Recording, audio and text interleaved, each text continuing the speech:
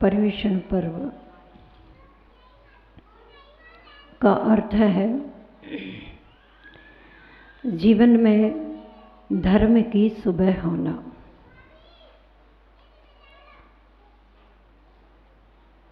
प्रतिदिन सुबह होती है, लेकिन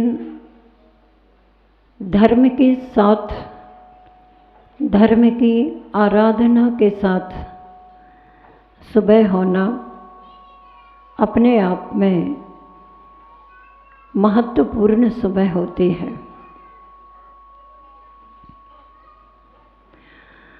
आज की सुबह से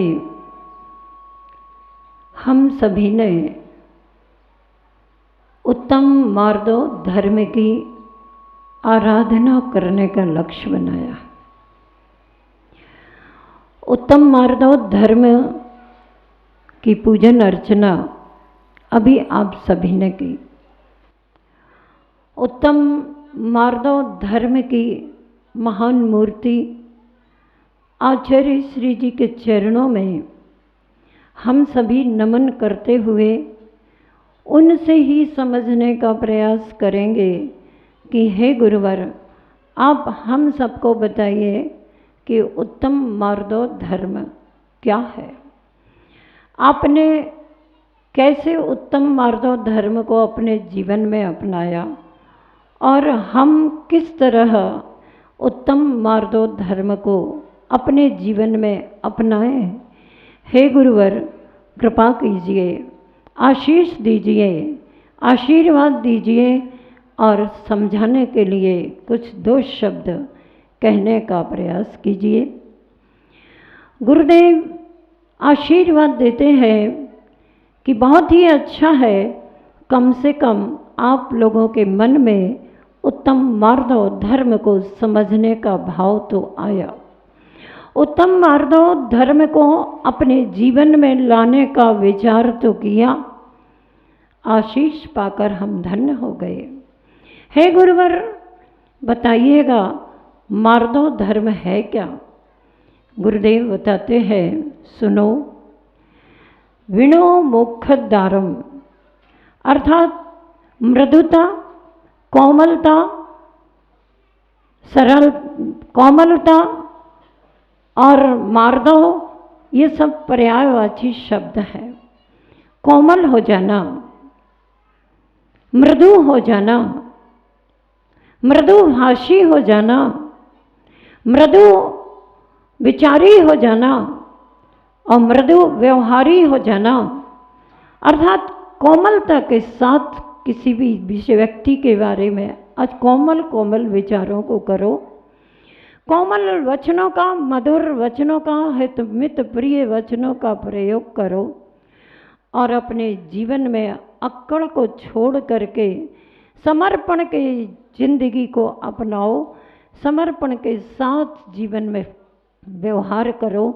यही मार्दो धर्म को समझने की प्रारंभिक भूमिका है। इसे जो अपने जीवन में अपना लेता है वह बड़ा संतुष्ट होता है कि आज हमने मार्दो धर्म को अपनाया है।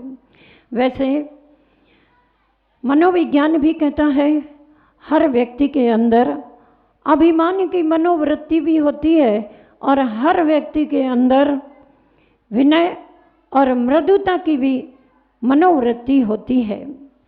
विचार हमें ये करना है। गुरुदेव कहते हैं तुम विचार करो कि अभिमान की वृत्ति का क्या दुष्प्रभाव है और मार्दो एवं विनय की मनोवृत्ति का अपने जीवन में क्या प्रभाव पड़ता है। बहुत छोटे से प्रसंग से हम समझेंगे कि अहंकार के द्वारा व्यक्ति का कैसे पतन होता है। हम देखें, एक कागज का टुकड़ा जो जमीन पर पड़ा है, हवा का तेज झोंका आता है, हवा के झोंके से वह ऊपर उड़ता है और उड़ते उड़ते वह कागज का टुकड़ा पर्वत की शिखर पर जा बैठता है।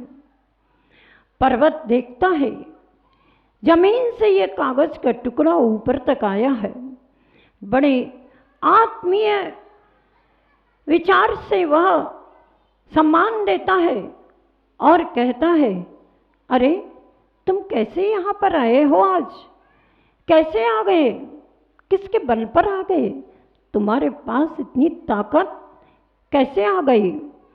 वह कागज कहता है, मैं अपनी दम पर आ गया हूँ। समझ गए आप सभी लोग, कागज में क्या दम है, ऊपर पहाड़ की पर्वत की शिखर पर पहुंच जाए, बस फिर क्या था, अपनी दम की बात कही, वहां से एक हवा का झोंका फिर आया और कागज के टुकड़े को तुरंत नीचे जमीन पर नहीं नाली में पटक दिया। वह नाली में गिर गया, सड़ गया, गल गया। ज़्यादा समझने की ज़रूरत नहीं है, इतने से हमें बात समझ में आ गई कि जो अपनी शक्ति पर इतराता है, जो अपनी शक्ति का घमंड करता है, वह व्यक्ति कभी अपने जीवन में ऊपर नहीं उठ सकता। किसी के बल पर ऊपर उठ भी जाए और अपने दम भर करके अपने घमंड को पर इतराए तो निश्चित तौर पर ऊपर जाने के बाद भी उसका पतन अनिवार्य होता है।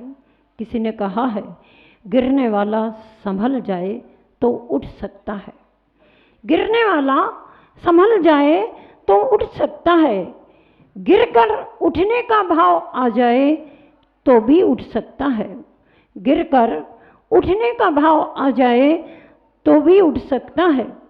अपनी ताकत पर जो न इतराए वह उठ सकता है, अपनी ताकत पर जो न इतराए वह उठ सकता है। गुनाहों में जो शर्माए वह भी उठ सकता है। व्यक्ति अपनी ताकत पर इतराता है इसलिए उठ नहीं पाता है। व्यक्ति गुनाहों को करते हुए भी नहीं शर्माता है इसलिए भी वह उठ नहीं पाता है। मार्दव धर्म हमें बड़ी सहजता से उपदेश देता है। आचार्य परमेश जी गुरुवर से हमने निवेदन किया है कि हे गुरुवर, मार्दव धर्म का और भी गहन अर्थ हमें समझाइए। गुरुदेव कहते हैं, मूक माटी महाकाव्य के प्रणेता, उन्होंने लिखा कि पद दलित वह माटी धरती माँ से कहती है, माँ मेरे जीवन में भी कभी विकास होगा या नहीं। धरती माँ उस माटी को आश्वस्त करती है और कहती है, बेटी सुनो,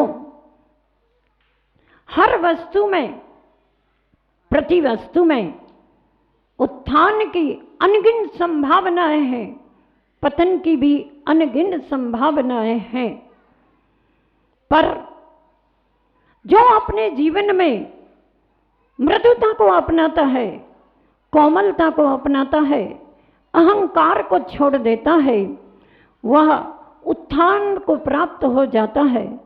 और जो अहंकार में आ जाता है, घमंड करता है, वह पुनः पद दलित अवस्था को प्राप्त हो जाता है।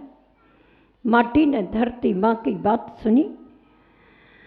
धरती माँ ने उसे एक ही सूत्र दिया था कि तुम्हें कुछ नहीं करना है, अगर तुम उत्थान चाहती हो तो बस अपना जीवन शिल्पी के चरणों में समर्पित कर देना। शिल्पी के जीवन में तुम समर्पित हो जाओगी, तुम्हारा उत्थान हो जाएगा। शिल्पी आता है, मिट्टी को खोदता है,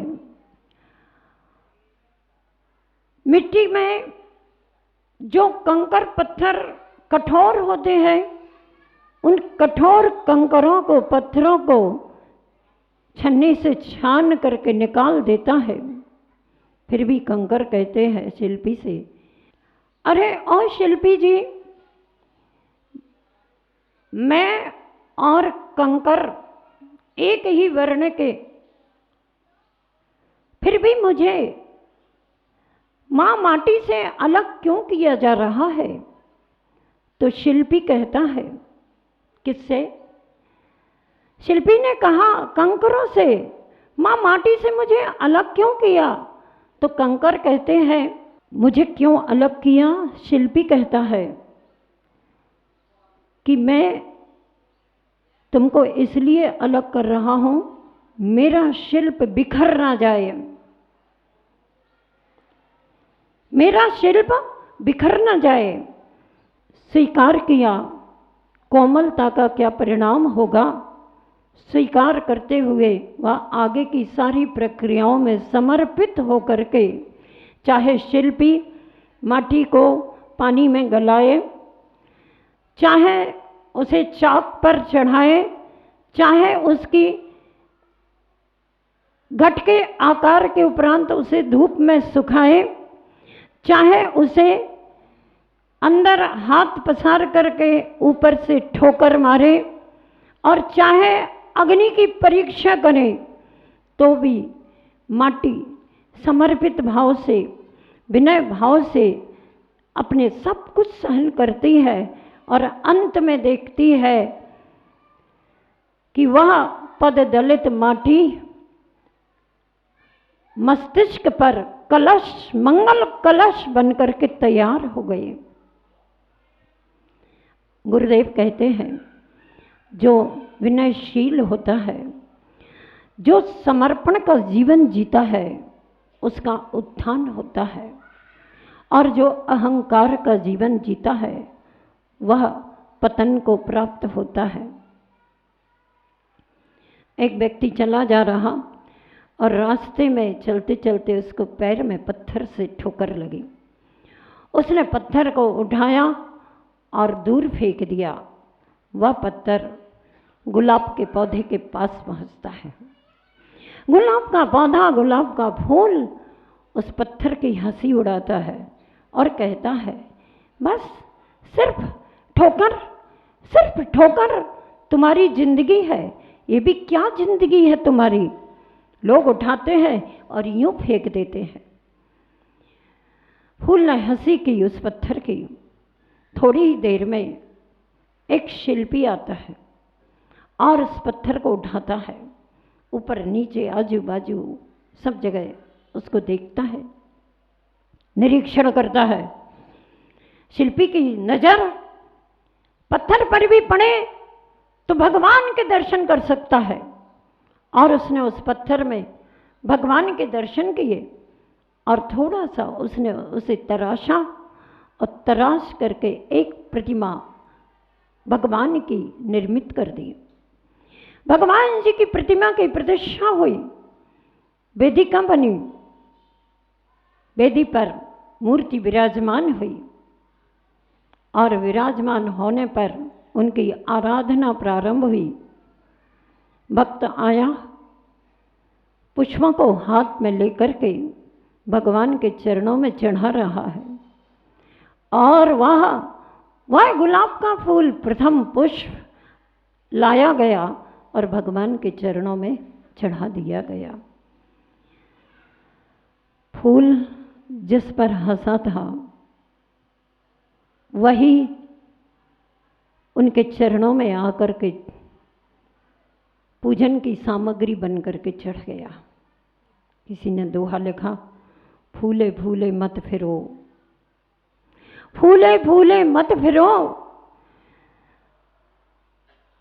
याते करो ना भूल, फूले फूले मत फिरो या में करो ना भूल, पहले तोड़े जात है फूले फूले फूल। फूले फूले सबसे पहले तोड़े जाते हैं, और वह फूल हंसा था, और अब भगवान के चरणों में उसी पत्थर, उसकी दृष्टि में, कहने में अपन वही कहेंगे, उसी पत्थर के चरणों में, भगवान की प्रतिमा के चरणों में आकर के चढ़ गया। किसी की अहंकार को मत अपनाओ, किंतु यह मार्दव धर्म कहता है। आचार्य श्री जी ने स्वयं एक हाइकू लिखा है।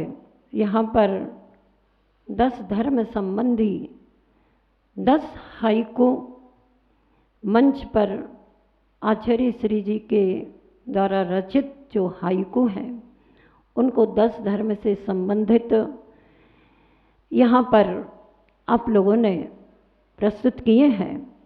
और यहाँ मार्दव धर्म की प्लेट पर हाइकू लिखा हुआ है कि मान शत्रु है, कछुआ बनूं बचूं खरगोश से। मान शत्रु है, कछुआ बनूं बचूं खरगोश से। छोटे में सबने ये कहानी पढ़ी होगी, कछुआ और खरगोश की। कछुआ बहुत धीमे धीमे धीमे धीमी धीमी चाल से अपने गंतव्य की ओर बढ़ता है और खरगोश फुदक फुदक करके लंबी छलांग लेकर के भी चल सकता। दोनों एक साथ अपने गंतव्य की ओर बढ़ने के लिए निकलते हैं। कछुआ धीमे धीमे धीमे धीमे जागृति के साथ चल रहा है गंतव्य को पाने के लिए। खरगोश के मन में आया, अभी तो कछुआ पीछे रह गया है और मैं तो आगे आ गया, कोई बात नहीं, थोड़ी थकान आ गई, वृक्ष की छाया मिल गई, थोड़ा सा विश्राम कर लूँ। विश्राम किया और अपनी शक्ति पर इतराया। कछुआ आगे चला भी जाएगा तो मैं तो उसे लांग करके पहले नंबर पर अपने गंतव्य पर पहुंच जाऊंगा। फिर क्या था, अपनी शक्ति पर इतराया और प्रमाद में आया, सो गया, नींद लग गई।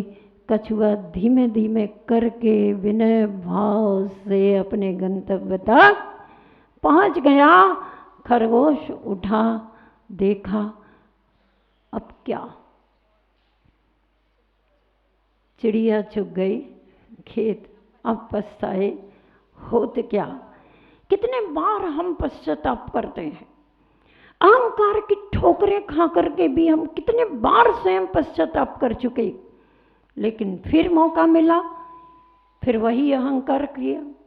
कभी धन का अहंकार किया, कभी शरीर के रूप सौंदर्य का अहंकार किया, कभी धन पैसे का अहंकार किया और उस अहंकार के वश में आकर के व्यक्ति किसी दूसरे का सम्मान करना पसंद नहीं करता।